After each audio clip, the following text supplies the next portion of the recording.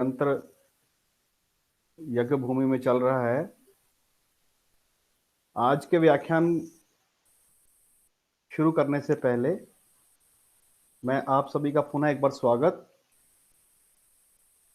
और जैसे कि हमारी प्रथा है, मुख्य वक्ता के व्याख्यान से पहले धन्वंतरी वंदना हम लोग करते हैं। तो धन्वंतरी वंदना के लिए मैं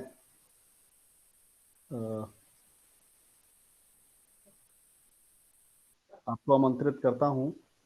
डॉक्टर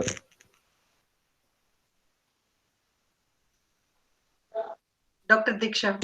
हाँ जी, हाँ जी। डॉक्टर दीक्षा जी।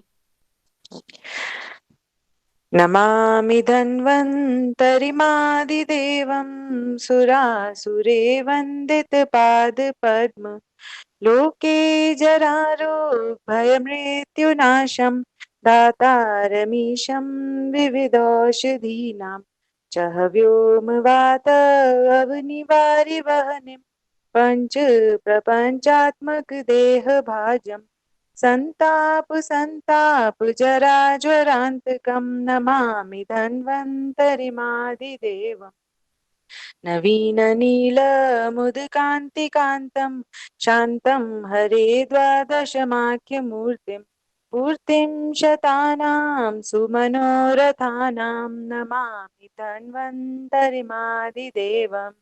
जय आयुर्वेद, जय धन्वंतरि। धन्यवाद डॉक्टर दीक्षा। जैसा कि हमारी प्रथा है, मुख्य वक्ता से पहले वैद्य विरल भाई शाह एकल द्रव्य का परिचय देते हैं। तो मैं आज भी वैद्य विरल भाई शाह से अनुरोध करूंगा कि वो एकल द्रव्य का के बारे में जानकारी दें। वैद्य विरल भाई शाह जी। हाँ, नमस्कार सभी आदरणीय वैद्यगण, सभी विद्यार्थी मित्रों। आज रोहिणी नक्षत्र चालू हुआ है अभी थोड़ी देर के पहले। कल सुबह कोई तेल बनाना है या उसका कोई पैकिंग करना है तो कल का दिन बहुत अच्छा है। कल कोई वनस्पति नहीं तोड़नी चाहिए, लेकिन वो कल का दिन अच्छा है। अभी थोड़े दिनों से धूप ज्यादा निकल रही है, तो क्या है, और टेरेस पर धूप में कोई कुछ चीज सुखाते हैं, जैसे कुछ अदरक सुखाते हैं, आंवला सुखाते हैं, तो डायरेक्ट धूप नहीं लगे उसका ख्याल रखें। और जब दोपहर में बहुत ज्यादा धूप हो तो डायरेक्ट उसको धूप न लगे इस तरह से रखें। और सुबह में 5 से 11 के बीच धूप में रखे, शाम को 5 से 6 बजे के बाद रखे, रात को 10-11 बजे तक। बीच में जब रखना है तो वो दीवार के साथ रखे, तो डायरेक्ट उसको धूप ना लगे उसका ख्याल रखे। आंवला में खास कहा गया है कि उसको बहुत धूप नहीं लगनी चाहिए। ये अरडूस के पत्ते है, कंटकारी है, गोक्षुर है, तो ये सारे तो शुष्क ताप वो छाया शुष्क किया जाता है, उसको घर के अंदर सुखाया जाता है। तो जो भी चीज बाहर सुखाते हैं तो डायरेक्ट धूप लगती है, तो वो बहुत ज्यादा न लगे उसका ख्याल रखे। लोग पूछने आते हैं कि फ्रैक्चर हुआ है तो फ्रैक्चर में क्या करें, उसको चोट लगी है उसको हीलिंग के लिए क्या लगे, तो वो पूछने आते हैं। तो हीलिंग के लिए कोई द्रव्य है? वैसे तो ऑर्थोपेडिक सर्जन के पास जाते हैं, तो ऑर्थोपेडिक सर्जन अपना जो भी बैंडेज, क्रैप बैंडेज जो करना है, फ्रैक्चर नहीं है तो उसके बाद वो लोग विटामिन की दवाई, multivitamin, calcium, vitamin B12, D सारे देते हैं। लेकिन बड़े प्रसिद्ध अहमदाबाद के एक ऑर्थोपेडिक सर्जन है, वो खास कहते हैं कि बैंडेज मेरा, जो दवाई या औषध है वो सब आपका। उसको मालूम है कि ये दवाई इतनी काम नहीं करती है। तो फ्रैक्चर हीलिंग के लिए एक अच्छा ड्रग्स है ये जो लहसुन है। लहसुन के लिए ऐसा कुछ नहीं कि आप एक कली लहसुन ले, ऐसा कुछ नहीं है। ये सादा लहसुन ही लेना रखे, सादा लहसुन ही आप लेना रखे। ऐसे बिल्कुल जो बाजार में मिलता है वही लेना रखे, कोई बात नहीं है। तो वो अच्छा है सादा लहसुन। तो ये लहसुन का है तो कि 15-20 कली लहसुन लो, उसको कचरा पेस्ट कर दो और उसको करीब 150 ml दूध और थोड़ा सा 100 ml दूध पानी में उसको स्लोली बॉईल करो, 5 मिनट बॉईल करोगे। फिर छान लो उसको, फिर जो दूध आता है तो दूध पीना रखो, उसमें से जो मावा पक जाता है वो मावा थोड़ा खा सकते हैं। तो अब ये लहसुन कब खाना है, तो अच्छे और 2-4 बजे खाना है। तो सुबह 6 बजे खाना है तो 6 बजे खाने के बाद 3 घंटे तक कुछ ना खाए, शाम को 4 बजे खाना है तो उसके बाद 3 घंटे तक कुछ ना खाए।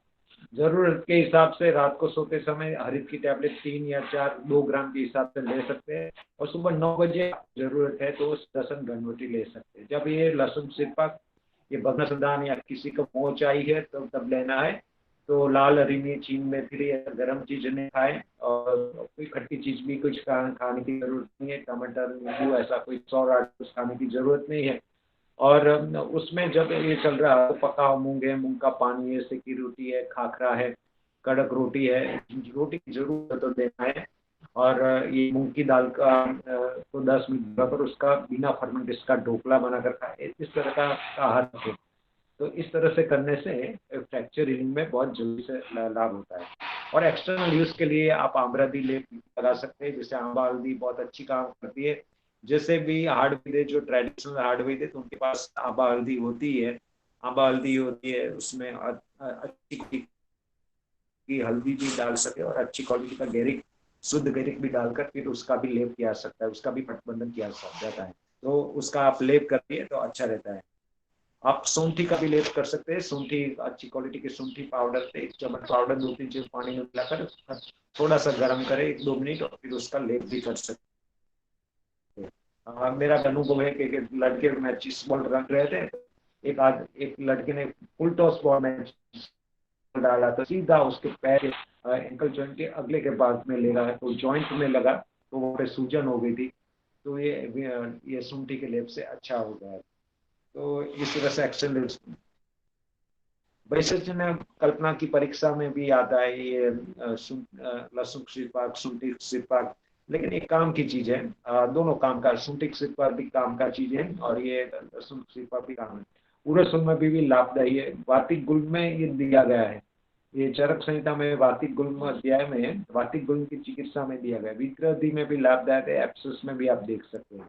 आप देखिए तो गुल्म की संप्राप्ति में भी कैसा आज के जमाने के लिए बिल्कुल अनुरूप लिखा गया है।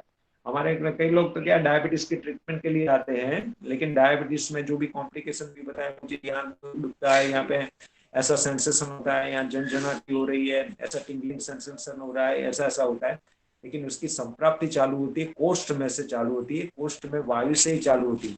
तो ये जो सीक्वेंस चरक संहिता में पूरा सीक्वेंस लिखा गया है, पहले ज्वर की चिकित्सा लिखी, फिर रक्त की चिकित्सा लिखी, फिर गुल्म की चिकित्सा लिखी, उसके बाद प्रमेय की चिकित्सा लिखी गई, उसके बाद कुष्ठ के बाद लिखी गई राजक्षमा के बाद उन्माद अपस्मार, इस तरह से बिल्कुल सीक्वेंस से लिया गया है। तो ये जो गुल्म की संप्राप्ति में भी स्पष्ट कर दिया कि रुक्सपान, अनपान, अति सेवन, शोक, जो स्ट्रेस, इतना स्ट्रेस रहता है आजकल के काम में। लोग सुबह 7-8 बजे से काम करते हैं, रात को 9-10 बजे तक काम करते हैं, लेट नाइट तक काम करते हैं, महीने में 20-20, 25-25 दिन तक बाहर रहते हैं, इतना काम करते हैं, इतना स्ट्रेस रह जाता है। स्ट्रेस और मिथ्या प्रतिक्रमण, वायलेशन ऑफ गुड कंडक्ट, पूरा का पूरा जो हमारी जो हेल्थी लाइफस्टाइल है उसका पूरा वायलेशन हो जाता है। बिल्कुल ये सारी विषम चेष्टाएं होने के बाद के कारण कोष्ठ में वायु प्रकोप हो जाता है, और कोष्ठ में वायु प्रकोप होने के बाद कफ को दुष्ट करता है और उसका मार्ग भी अवरुद्ध हो जाता है। इसी के कारण हृदय में, नाभि में, पार्श्व में, बस्ती में, अलग अलग जगह पे चेस्ट पेन होता है। आदमी को उर्सुल होता है, उसको लगता है कि हृदय रोग है, वास्तव में कारण उसको स्ट्रेस इतना है कि उस स्ट्रेस के कारण और उसके लिए violation of the good conduct इतना है कि कोष्ठ में इतना वायु प्रकोप हो गया है, इसी के कारण सारे कॉम्प्लिकेशन होंगे। तो ये वातिक गुल्म की में बिल्कुल ये फायदेकारक है। एक चिकित्सक को भी मैंने सुना था कि उन्होंने लहसुन खिलाकर भी डायबिटीज में बहुत फायदा करा है। तो ये जो कोष्ठ में वायु प्रकोप हो जाता है तो उसकी संप्राप्ति को बिल्कुल विघटन हो जाता है एक लहसुन खाने से।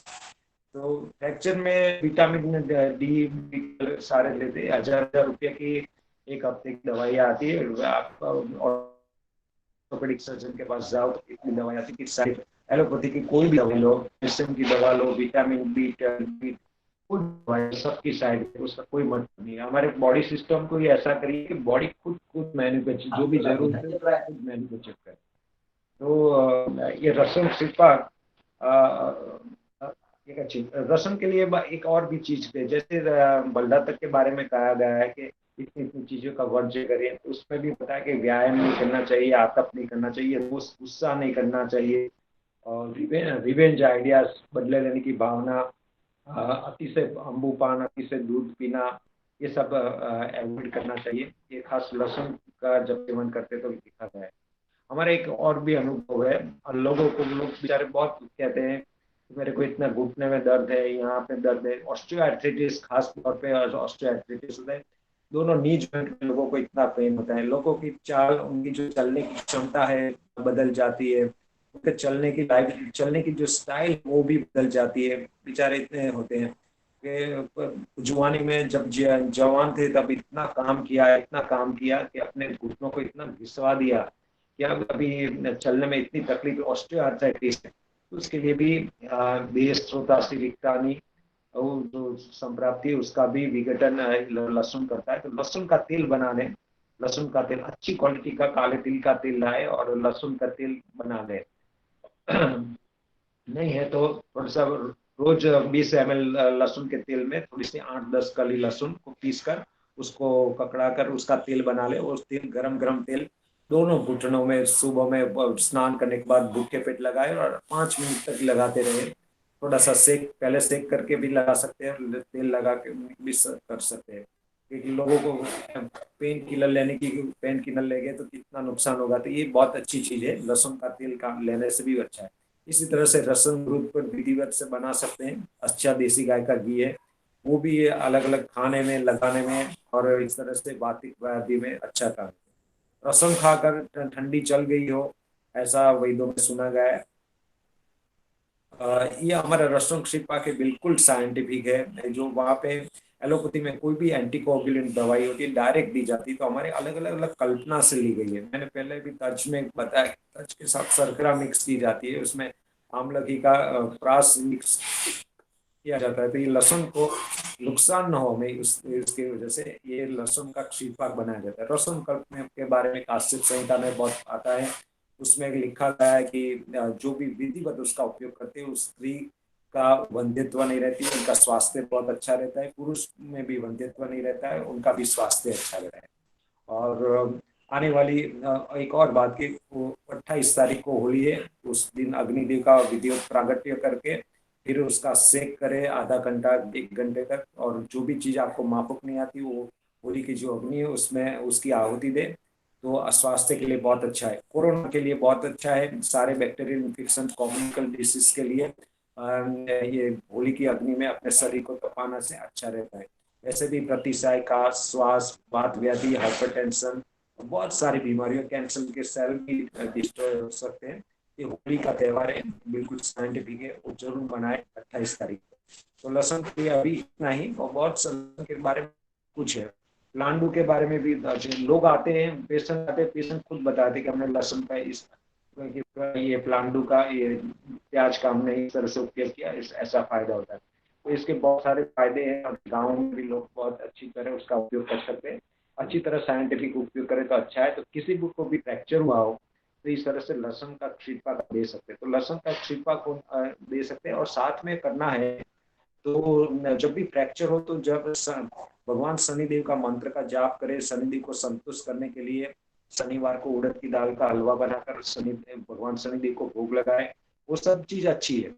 शनिदेव का ओम शम शनैश्चराय मंत्र अच्छा है। शनिवार शाम को 5 से 8 के बीच पीपल के पेड़ को पानी चढ़ाए, तिल का दीपक जलाए। ये सब चीजें जिसको भी फ्रैक्चर हुआ हो, चोट लगी हो, उसके लिए बहुत अच्छा है। फ्रैक्चर हीलिंग के लिए बहुत अच्छा है।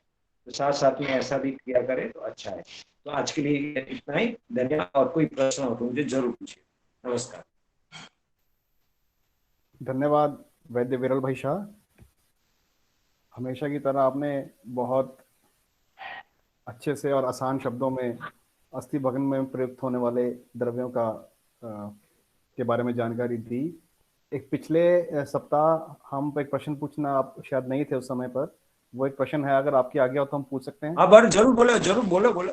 हाँ भाई साहब, एक वो प्रिया जी ने पूछा है कि आपने तज का प्रयोग पिछले लेक्चर में दंत शुद्धि के लिए बोला है, तो केवल तज का ही यूज करना है या उसमें कोई सहायक द्रव्य भी मिला सकते हैं? अच्छा नहीं, अकेले देखिए, तज की परीक्षा है। तज अकेले तज पाउडर से दंत मंजन करो, तो दंत मंजन करोगे तो दांत में कुछ नया स्वाद लगेगा और दांत में थोड़ा सा तीखापन भी आएगा और दांत बिल्कुल अच्छे हो जाएगा। अकेले कर सकते। जिसकी पित्त प्रकृति है और उसे आपको दंत केवल तज से दंत धावन करते हैं और उससे आपको दंत में से रक्तस्राव ऐसा होता है, तो आपकी पित्त प्रकृति, आपके अंदर पित्त की संस्कल्पना की ये उष्ण कोई ऐसा व्याधि है, तो आपको मालूम होता है कि ऐसा ये डायग्नोसिस हो गया कि उष्ण तीक्ष्ण गुण की क्षमता, तो आपको उस विरुद्ध द्रव्य का आप सेवन करें, ये हो जाता है। तो अकेले तज की दंत दान कर सकते हैं, जैसे स्केलिंग करते हैं लोग डेंटिस्ट लोग, वैसे ही दांत बिल्कुल अच्छी तरह हो जाए। मैं तो आप सभी को विनती करता हूँ, इस प्रातः काल उठने के बाद एक अच्छी क्वालिटी का तज का पाउडर खुद बनाए और तज के पाउडर को जरूर करें। और दंत मंजन के लिए तज के साथ आप तज के साथ आप हरित की पाउडर भी मिला सकते हैं। जैसे 10 ग्राम तज पाउडर है तो उसमें 5 ग्राम हरित की पाउडर भी मिलाकर आप कर सकते हैं। और शास्त्रों में तो तज का है ही दंत मंजन में, उसके पूरा पाठ लिखा होता है कि दांत में आपके दांत में सफेदी आ गई है, दांत में जैसे लोग बहुत तम्बाकू खा रहे हैं, उसको व्यसन बहुत है और दांत बहुत उसकी वाइटनेस चली गई है और दांत अच्छे नहीं लगते, तो फिर आप उसमें खड़ी चौक का पाउडर मिलाकर भी अच्छे साइंटिफिक रूप से आप कर सकते हैं। तो बिल्कुल जो पूरा दंत मंजन का पार्ट है तो उसको मिलाकर फिर रखना पड़ता है, 3 दिन 4 दिन 5 दिन रखना पड़ता है, तो अच्छी तरह से मिक्स हो जाते हैं। तो केवल तज का पाउडर से भी दंत मंजन कर सकते हैं, उसमें आप हरित की पाउडर भी मिलाकर कर सकते हैं। अकेले हरित की चूर्ण का भी दंत मंजन कर सकते हैं, तो इसमें कर सकते हैं। तो इसमें तज के साथ हरित की मिलाने से उसकी उष्ण तीक्ष्णता उसकी जो है वो थोड़ी कम हो जाएगी। और दूसरा है कि तज के मान लो किसने तज का सेवन कर लिया, ओरली तज का सेवन कर लिया, तो मान लो कि किसी ने पिछले 5-6 दिन से टमाटर की ग्रेवी वाला पंजाबी फूड खाया है, टमाटर की, जैसे पानी पूरी खा लिया, पानी पूरी का पानी पी लिया, तो अंदर उसके कोष्ठ में स्टमक में एसिड की वृद्धि हो गई है, एसिड की वृद्धि हो गई है, फिर उसको वो वॉमिट हो रही है, तो वॉमिट में तो ये तो फिर वॉमिट हो रही है, तो फिर क्या है, हमें जो भी उसको वैदिक है और ऐसा कुछ समन कर सकते हैं। लेकिन तज भी को भी चर्बी हर बताया गया, तो उसको तज लेने के बाद जो यदि बढ़ती है चर्बी, तज लेने के बाद चर्बी बढ़ती है तो इरिटेशन बढ़ता है, तो ये डायग्नोसिस हो गया कि ये उष्ण तीक्ष्ण संकल्पना है, तो उसके विपरीत द्रव्य तो इसको आवश्यकता है। कोई द्रव्य देने से कोई रोग वृद्धि होता है तो उसमें घबराने की बात नहीं, वो निष्फलता नहीं मानी जाती है, उसका मतलब है कि ये डायग्नोसिस फाइनल डायग्नोसिस हो गया। कोई सोनोग्राफी या कुछ ऐसी कोई सीटी स्कैन ऐसे डायग्नोसिस इतना परफेक्ट नहीं होता है, ये अनुपसे से होता है, ये भी है। तो आप डायरेक्ट तज का भी दंत मंजन में उपयोग करो और हरित की मिलाकर भी करो।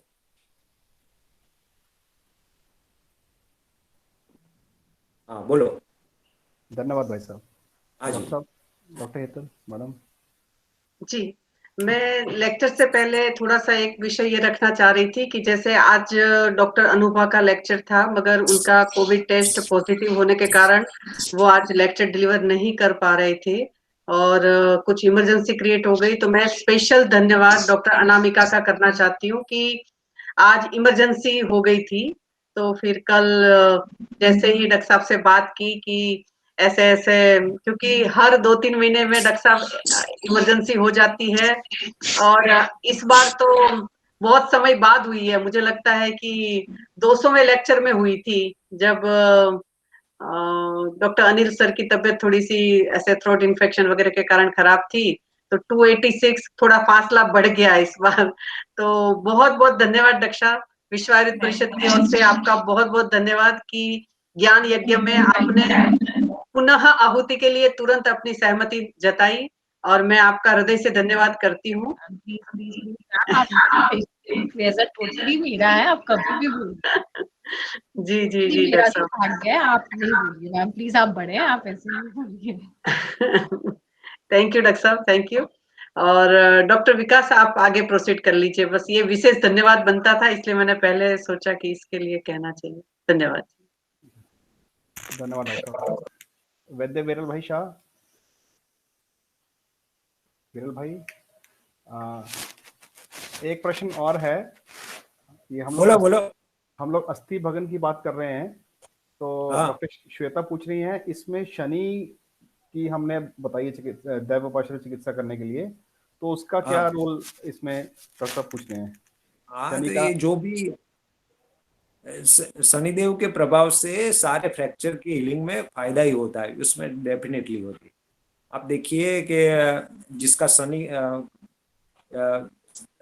जिसको भी इस तरह की तकलीफ होती है उसमें कुछ ना कुछ शनि की तकलीफ ही होती है, और जो उसका चिकित्सा कर रहे हैं ऑर्थोपेडिक सर्जन या कुछ, उनका शनि तो थोड़ा कुछ पावरफुल होता है। तो ये एक लेन देन की भी बात है। दूसरा है कि शनिदेव की आप, ये शास्त्रोक्त बात है, परंपरा की भी बात है। शनिदेव का आप साथ में करोगे तो फ्रैक्चर हीलिंग में अच्छा ही होगा, वात व्याधि में अच्छा ही होगा। कहीं भी आपको कटिशूल है, अंशवेदना है, कहीं भी है, उसमें भी सारे वात व्याधि, भगना, ये सारी जितने भी व्याधि है शनिदेव की कक्षा में आती है, उसमें अच्छा ही होता है। हमारे यहाँ हम जहाँ से पढ़े, अखंडानंद आयुर्वेदिक विद्यालय अहमदाबाद से, वहाँ पे हमारे बहुत पहले जैसे माननीय श्रीकांत देशपांडे साहब थे, तो उन्होंने तो शनिदेव की किताब भी लिखी थी बहुत सालों पहले। तो ये शनिदेव की कक्षा में आते, तो बिल्कुल ग्रहों का तो बिल्कुल प्रभाव रहता है, बिल्कुल प्रभाव। और लास्ट टाइम हम जब तज की बात कर रहे हैं, तो कि तज इलाका इतना फायदा है, तज और इलाका, कि आदमी को अच्छा स्वास्थ्य करना है और वैद्यों को अपने कार्य में बहुत ऊंची सफलता पानी है, तो रोज जैसे ये वैष्णव लोग ठाकुर जी को रोज नई नई सामग्री बनाकर उसका भोग लगाते हैं, इस तरह से रोज नई रोज रोज के वार के अनुसार नई नई सामग्री बनाकर उसका भोग लगाना चाहिए, तज और इला डालकर, तो बिल्कुल फायदा रहता है। इससे बिल्कुल आप करके भी देख सकते हैं, बिल्कुल फायदा रहता है। तो ये उड़द की दाल, गेहूं के आटे को सेक दो, उसमें पक्की हुई उड़द की दाल मिक्स करो, इसमें थोड़ी सी मिश्री डालो, उड़द की दाल का हलवा बन जाएगा। और बनने के बाद उसमें से थोड़ा तज लीला डालो, भगवान विष्णु को भोग धराइए, भगवान शनिदेव को धराइए, थोड़ा सा गाय को खिलाइए, आपको बिल्कुल शनिदेव का कुछ न कुछ फायदा मिलेगा। ऐसे इस रविवार में सूर्यदेव का ऐसा करिए। मैं तो कई लोगों को पूछता हूँ कि आपकी उम्र 45 साल की, 50 साल की उम्र है, क्या कभी आपने सूर्यदेव को भोजन कराया है, क्या कभी आपने प्रसूत भोग लगाया? तो ज्यादातर बोलेंगे नहीं बोलेंगे। कोई बोलते हैं कि हम यज्ञ करते हैं तो उसमें कुछ आहुतियां डाल देते हैं, लेकिन नहीं, इस तरह से कराना चाहिए। और ये भग्न के अस्थि संदान में तो बिल्कुल अच्छा होता है, बिल्कुल बिल्कुल। ये तो परंपरा की बात है, अनुभव की बात है, बहुत अच्छा है। धन्यवाद Vaidya Viral bhai Shah ji. I hope questions queries are answered. व्याख्यान के क्रम को आगे बढ़ाते हुए मैं आज के मुख्य वक्ता डॉक्टर अनामिका का स्वागत करता हूं। उनका थोड़ा सा परिचय वैसे हमने पिछली बार दिया था, लेकिन अब इस बार बहुत लोग नए जुड़े हैं।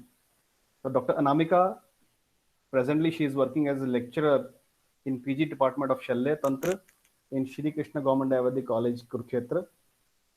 She is a gold medalist holder during her graduation. She has completed MS Shalya Vigyan from Rajiv Gandhi PG College, Kaprola, Himachal Pradesh. In addition to this, she has done PG DHA and MSc Psychoneurobics, and presently she is pursuing her PhD from Wardha, Maharashtra. UG and PG teaching experience is more than 15 years. Today she'll be speaking on the topic practical application of Agni Karma. Over to Dr. Anamika. Dr. Anamika. Thank you, Vikas. Good evening to all of you. And first of all, thanks to all the organizers of this continuous study circle by Vishwa Ayurved Parishad for giving me this opportunity. हमारे honourable vice chancellor sir भी इस platform पे present हैं। Sir का भी तहे दिल से धन्यवाद। रिस्पेक्टेड शीतल मैम का तहे दिल से धन्यवाद मुझे ये अपॉर्चुनिटी देने के लिए। और इस प्लेटफॉर्म का पार्ट बनकर लिटरली बहुत अच्छा फील होता है कि विश्व आयुर्वेद परिषद का जो ये इतना बड़ा मिशन चल रहा है उसमें कहीं एक थोड़ा सा पार्ट भी हम बन पाते हैं तो हमें इसकी बहुत खुशी होती है। तो आज का हम हमारा टॉपिक स्टार्ट करेंगे, that is on practical application of अग्निकर्म।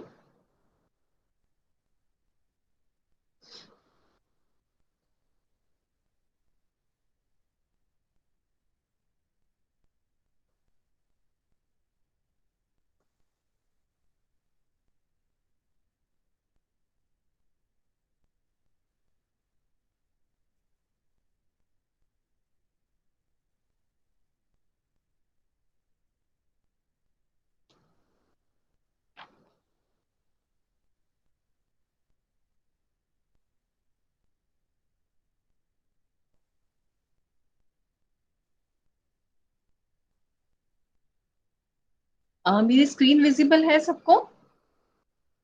Ji doctor साहब। Okay sir.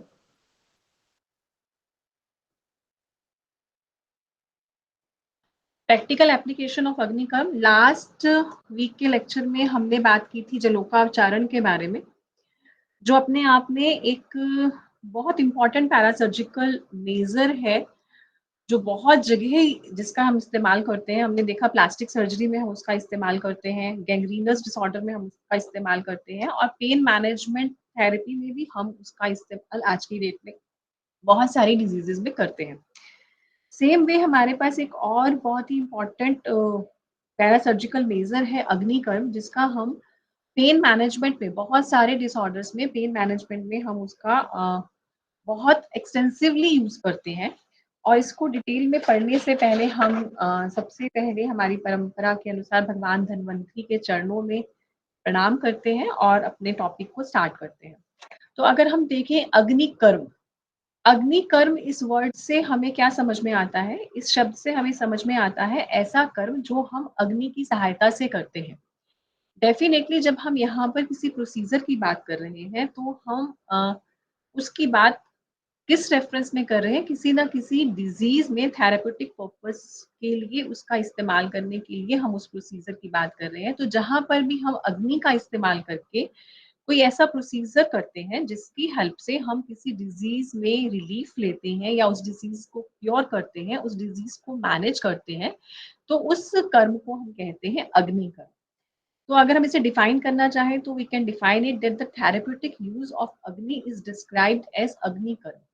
यहाँ पे हमने ये वर्ड को स्पेसिफाई क्यों किया? दैट अग्नि is use for the therapeutic purposes, क्योंकि अग्नि से, आग से हमारा हाथ जल भी जाता है, एक्सीडेंटल बर्न्स भी हो जाते हैं, लेकिन उसी अग्नि को एक प्रॉपर वे में यूटिलाइज करके जब हम उसका इस्तेमाल थेरेप्यूटिक पर्पस के लिए करते हैं तो वह अग्निकर्म कहा जाता है। आचार्य सुश्रुत ने सूत्र स्थान के चैप्टर 12 में पूरा का पूरा चैप्टर 12 अग्निकर्म को डिनोट किया है, डेडिकेट किया है, जो इसकी इंपॉर्टेंस को बताता है। यहाँ पर इन्होंने इसको अनुशस्त्र में काउंट किया है। व्रण के षष्ठी उपक्रम में आचार्य ने इसे एक इम्पॉर्टेंट उपक्रम माना है व्रण की मैनेजमेंट के लिए, और आज की डेट में साइंटिफिकली अगर हम इसे कोरिलेट करना चाहें तो हम इसे थर्मल कॉटराइजेशन से कोरिलेट कर सकते हैं। अग्निकर्म हम करते क्यों हैं? हमें अग्निकर्म की रिक्वायरमेंट क्यों पड़ती है? उसके लिए आचार्य कहते हैं कि जो डिजीजेस भेषज से क्योर नहीं होती, जो किसी यंत्र या शस्त्र का इस्तेमाल करके, किसी सर्जिकल प्रोसीजर को करके क्योर नहीं होती, जो शार का इस्तेमाल करके भी जिसका हम उपचार नहीं कर पाते हैं, ऐसी डिजीजेस का उपचार करने में भी हमें अग्निकर्म सहायक होता है। जब भी हम किसी डिजीज का लाइन ऑफ ट्रीटमेंट देखते हैं तो पहला लाइन ऑफ ट्रीटमेंट आता है हमारे पास उसका कंजर्वेटिव मैनेजमेंट। हम हर डिजीज में हमेशा पहले सर्जरी पर जंप नहीं करते हैं। हम कोशिश करते हैं कि अगर हम भेषज की सहायता से उस डिजीज को क्योर कर सकते हैं तो हम कंजर्वेटिव मैनेजमेंट का सहारा लेते हैं। लेकिन जब हमारी कंजर्वेटिव मैनेजमेंट फेल हो जाती है या हमें उतना रिजल्ट नहीं दे पाती है जितना रिजल्ट हमें एक्सपेक्टेड होता है, पेशेंट को उतना रिलीफ नहीं मिल पाता है, तब हम पैरासर्जिकल प्रोसीजर्स और सर्जिकल प्रोसीजर जो उस डिजीज के लिए अप्रोप्रिएट होते हैं उसके ऊपर जाते हैं, according to the disease, according to the pathology. तो अग्निकर्म की इम्पोर्टेंस यहाँ पर ये है कि जहाँ पर ये सारे मेजर्स हमें डिजायरेबल रिजल्ट नहीं दे पाते हैं, पेशेंट की मैनेजमेंट में हेल्प नहीं कर पाते हैं, वहां पर भी अग्निकर्म, ऐसी डिजीजेस में भी अग्निकर्म हमारे लिए हेल्पफुल होता है, हम पेशेंट को मैनेज कर सकते हैं। तो अग्निकर्म को अगर हम क्लासिफिकेशन की बात करें तो इसे 4 टाइप्स में डिवाइड किया गया है अकॉर्डिंग टू द धातुज जिनको हम इन्वॉल्व करते हैं अग्निकर्म में। The first is tvak, second is mamsa, third is sira and snayu and the fourth is sandhi and asthi. बहुत से ऑथर सिर्फ त्वक एंड मांस दग्ध को मानते हैं, लेकिन आचार्य सुश्रुत ने सिरा, स्नायु, संधि और अस्थि में भी अग्निकर्म की बात की है। उन्होंने यहाँ के डिसऑर्डर्स में भी अग्निकर्म को निषेध नहीं किया है। सेकेंड क्लासिफिकेशन अग्निकर्म का आता है अकॉर्डिंग टू द टाइप। हम अग्निकर्म को करने के लिए जिस भी इंस्ट्रूमेंट का इस्तेमाल करते हैं, हम आगे देखेंगे कि बहुत सारे इंस्ट्रूमेंट्स एडवाइजेबल हैं according to the different types की किस धातु में हमें अग्निकर्म करना है, वहां पे हमें कितना टेम्परेचर रिक्वायर्ड है, उसके अकॉर्डिंग बहुत सारे इंस्ट्रूमेंट्स का यूज करने के लिए बताया गया है। उस इंस्ट्रूमेंट का यूज करके दग्ध का जो शेप बनता है या हम उस शलाका का टिप का जो शेप बनाते हैं, उसके बेस पे भी अग्निकर्म को डिवाइड किया गया है, क्लासिफाई किया गया है। आचार्य सुश्रुत ने उस शेप के बेस पे 4 तरह के अग्निकर्म बनाए हैं, वलय, बिंदु, विलेखा एंड प्रतिसारण। वलय की अर्थात जो दग्ध का शेप है वो सर्कुलर आता है, बिंदु में दग्ध का शेप पॉइंटेड आता है, विलेखा में एक लाइन की तरह स्ट्रेट आता है और प्रतिसारण में हम जो रबिंग का उसका शेप आता है। और कुछ आचार्यों ने 3 और शेप्स को भी इसमें डिफाइन किया है, जैसे आचार्य वार्धक ने डिस्क्राइब किया है स्वास्तिक। स्वास्तिक की शेप सभी को पता है, अगर हम दग्ध की शेप स्वास्तिक की शेप की लेते हैं तो हम उसे स्वास्तिक अग्निकर्म कहते हैं। अष्टापद जिसकी 8 लिम्स होती हैं और अर्धचंद्र की शेप। इतनी सारी शेप्स को बताने के पीछे आचार्यों का डेफिनेटली कोई ना कोई उद्देश्य रहा होगा। हमारी संहिताओं में हमारे आचार्यों ने जो भी लिखा है उसके पीछे का एक उद्देश्य है। ये अलग बात है वो हमारी बुद्धि में समझ में आता है या नहीं आता है, लेकिन वहां पर कोई भी बात निराधार नहीं है, बिना किसी उद्देश्य की नहीं। तो हमें जो समझ में आता है कि इन शेप्स को क्लास के बेस पे क्लासिफाई करने का या इन शेप को बताने के पीछे आचार्यों का उद्देश्य क्या होगा। सपोज करिए कि हमें एक वायरल वॉट पे अग्निकर्म करना है और वहां पर हम शलाका ले लेते हैं अष्टापद शेप की। तो अष्टापद जो है वो वायरल वाट का जो साइज है उससे बहुत बड़ा है, वो वहां पर काम नहीं करेगा, वो वहां पर अति दग्ध में चला जाएगा, जो हेल्दी स्किन है उसको भी बर्न करेगा, जो हमारा पर्पस नहीं है। तो वहां पर हमें बिंदु टाइप का अग्निकर्म चाहिए जो बहुत ही पॉइंटेड है। एक अलग केस है, हमारा पेशेंट है बैक पेन का, जो एक बहुत ही बड़ा एरिया इन्वॉल्व करता है। वहां पर अगर हम बिंदु टाइप का अग्निकर्म करते हैं तो हमें मल्टीपल पॉइंट्स वहां पर बनाने पड़ेंगे। बिंदु टाइप का अग्निकर्म अगर किसी ने देखा हो तो हमारी शलाका जो होती है वो पॉइंटेड होती है और हम शलाका को रेड हॉट करके उसको उस पर्टिकुलर पॉइंट पे जिसे हमने चूज किया है according to the disease after the examination of the patient कि हमें यहाँ पर अग्निकर्म करना है, वहां पर हम उसको लगाते हैं। अगर हमारे पास ये एरिया सपोज कीजिए 8x8 सेंटीमीटर का है तो इस एरिया को कवर करने के लिए हमें मल्टीपल बिंदुस लगाने पड़ेंगे, नंबर उनका ज्यादा होगा। लेकिन यहीं पर अगर हम स्वस्तिक या अष्टापद शेप का इस्तेमाल करते हैं तो हम कम कम टाइम में स्ट्रोक्स देकर, कम स्ट्रोक देकर हम ज्यादा एरिया को कवर कर सकते हैं। तो इस पर्पज से इतनी सारी शलाकाओं का, इतने सारे शेप्स का वर्णन आचार्यों ने किया है कि आपको अकॉर्डिंग टू द एरिया जहां जो डिजीज इन्वॉल्व है वहां पर आप अलग अलग शेप को चूज कर सकते हैं। अभी हमने बात की थी कि हमें कौन से उपकरणों की या कौन से इंस्ट्रूमेंट्स की हेल्प से अग्निकर्म करना है। तो जैसे आचार्य ने पहले 4 तरह के अग्निकर्म बताए हैं, त्वक दग्ध, मांस दग्ध, सिरा स्नायु दग्ध, संधि अस्थि दग्ध।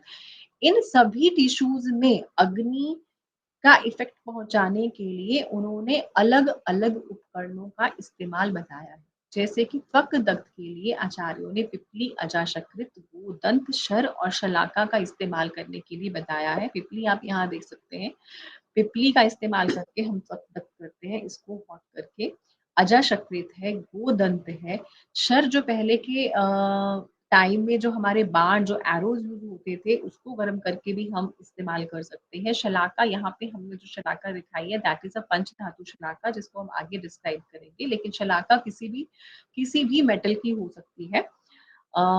मेन बात सिर्फ इतना है कि उसको टेम्परेचर को मेंटेन करना है। This agnikarma is used in the vata kaphaja skin disorders. अग्नि का गुण होता है उष्ण, और जब हम चिकित्सा के सिद्धांतों की बात करते हैं तो हम कहते हैं कि हम उन गुणों से विपरीत गुण से चिकित्सा करते हैं। चिकित्सा के लिए हम विपरीत गुण का इस्तेमाल करते हैं। तो वात और कफ दोनों ही का ही गुण जो है वो शीत है, और वात और कफ से होने वाला अगर कोई भी डिसऑर्डर है तो वहां उसकी चिकित्सा करने के लिए हमें उष्ण गुण की आवश्यकता होती है, जिसमें कि अग्निकर्म हमें हेल्प करता है। मांसगत डिसऑर्डर्स में जाम्बवोष्ट और इतर लोहा, जो जामुन के फल की गुठली होती है उसका इस्तेमाल करते हैं, इतर लोहा, और इसके अलावा जो मेटल्स होती हैं हमारे पास उसका इस्तेमाल हम करते हैं इन एनी वात कफज मस्कुलर डिसऑर्डर्स। संधि अस्थि गता नाम, संधि और अस्थि के वात और कफज डिसऑर्डर्स में हम शौद्र गुड़ स्नेह, सिरा स्नायु संधि अस्थि गता नाम में हम शौद्र गुड़ और स्नेह का इस्तेमाल करते हैं। अब स्नेह का इस्तेमाल लाइक हम कैसे करते हैं, फॉर एग्जाम्पल जब हम कॉर्न को एक्साइज करते हैं तो हम कॉर्न के एक्सीजन के बाद स्निग्ध दग्ध का इस्तेमाल करते हैं। हम तेल को गर्म करते हैं और उस गरम तेल को हम उसका जो एक्सीजन के बाद जो रॉ एरिया निकलता है वहां पर हम उसको अप्लाई करते हैं, सो दैट कि कॉर्न का जो कंप्लीट एक्सीजन नहीं होता है, अगर उसका कोई भी बेस रह गया है जो एक्सीजन से छूट गया है, उसको हम इस स्नेह से, इस तप्त स्नेह से दग्ध करके उसको हम खत्म कर सके जड़ के साथ। ये जो हम प्रोसीजर करते हैं, एक्चुअली ये प्रोसीजर हम करते हैं कॉर्न के रिमूवल को फास्टन करने के लिए। अदरवाइज आप कॉर्न की ट्रीटमेंट में स्नेह दग्ध का इस्तेमाल भी कर सकते हैं। पंचधातु शलाका, जैसे मैंने आपको पहले बताया कि आज की डेट में प्रैक्टिकली हम जिस शलाका का इस्तेमाल करते हैं फॉर द अग्निकर्म दैट इज पंचधातु शलाका। इस शलाका का वर्णन कहीं पर भी संहिताओं में नहीं मिलता है। संहिताओं में आचार्य ने डिफरेंट मेटल्स का यूज करने के लिए कहा है अग्निकर्म के पर्पस के लिए। This panchadhatu shalaka was designed by late professor doctor PD Gupta sir, respected doctor PD Gupta sir, जिनसे मैंने भी अग्निकर्म सीखा है और वो अग्निकर्म के मॉडर्न इरा के पायनियर रहे हैं। उन्होंने ये पंचधातु शलाका डिजाइन की थी जिसका कॉन्स्टिट्यूएंट था, इसमें कॉपर 40% रहता है, आयरन 30% रहता है, जिंक 10% रहता है, सिल्वर 10% रहता है, गोल्ड 10% रहता है। ये शलाका उनके बहुत अनुभवों के बाद डिजाइन की गई है। डिफरेंट मेटल्स का जब हम इस्तेमाल करते हैं separate for the purpose of the agnikarma, तो हम ये पाते हैं कि वो मेटल्स बहुत लंबे समय तक एक फिक्स टेम्परेचर को रिटेन नहीं कर पाती हैं और बहुत जल्दी ठंडी हो जाती है। लेकिन ये ड्रॉबैक हमारा पंचधातु शलाका खत्म हो जाता है। सपोज कीजिए हमें किसी एरिया में 10 to 20 स्ट्रोक्स देने हैं, जब हम शलाका को हीट सोर्स से रेड हॉट करके लाते हैं, वहां से लाने से हीट सोर्स से पेशेंट तक आने में अगर शलाका का टेम्परेचर डाउन हो जाता है या वो ठंडी हो जाती है तो वो अपना पर्पस सॉल्व नहीं करती है। ये ड्रॉबैक हमें पंचधातु शलाका में नहीं मिलता है। हम इसे आराम से 10-20 स्ट्रोक्स तक इसका टेम्परेचर लूज किए बगैर इसको यूज कर सकते हैं। इसका टेम्परेचर काफी देर तक मेंटेन रहता है।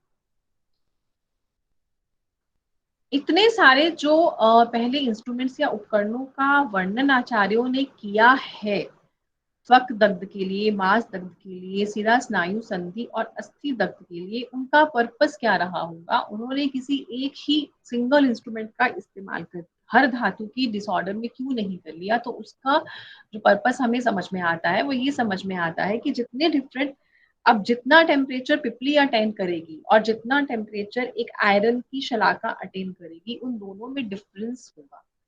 स्किन जो है हमारी सुपरफिशियल धातु है, उसमें किसी भी तरह का अग्नि का इफेक्ट पहुंचाने के लिए हमें कंपैरेटिवली लेसर टेम्परेचर की रिक्वायरमेंट होती है, जहां पर पिपली हमारा अच्छे से पर्पस सॉल्व कर देती है। लेकिन अगर हमें डीपर टिश्यूज में वो स्टिमुलस को भेजना है, उस स्टिमुलस को पहुंचाना है, तो हमें ऐसे एक मटेरियल की रिक्वायरमेंट होगी जो एक हायर टेम्परेचर को अटेन करता है और उसको अफेक्ट को डीपर टिश्यू तक ले जाने में जो हमारे लिए सहायक होता है। तो हमें वहां पर एक डिफरेंट मटेरियल की रिक्वायरमेंट है, इसलिए इतने सारे उपकरणों को क्लासिफाई करने की रिक्वायरमेंट यहाँ पर रही है, जो डेफिनेटली जस्टिफाइड है।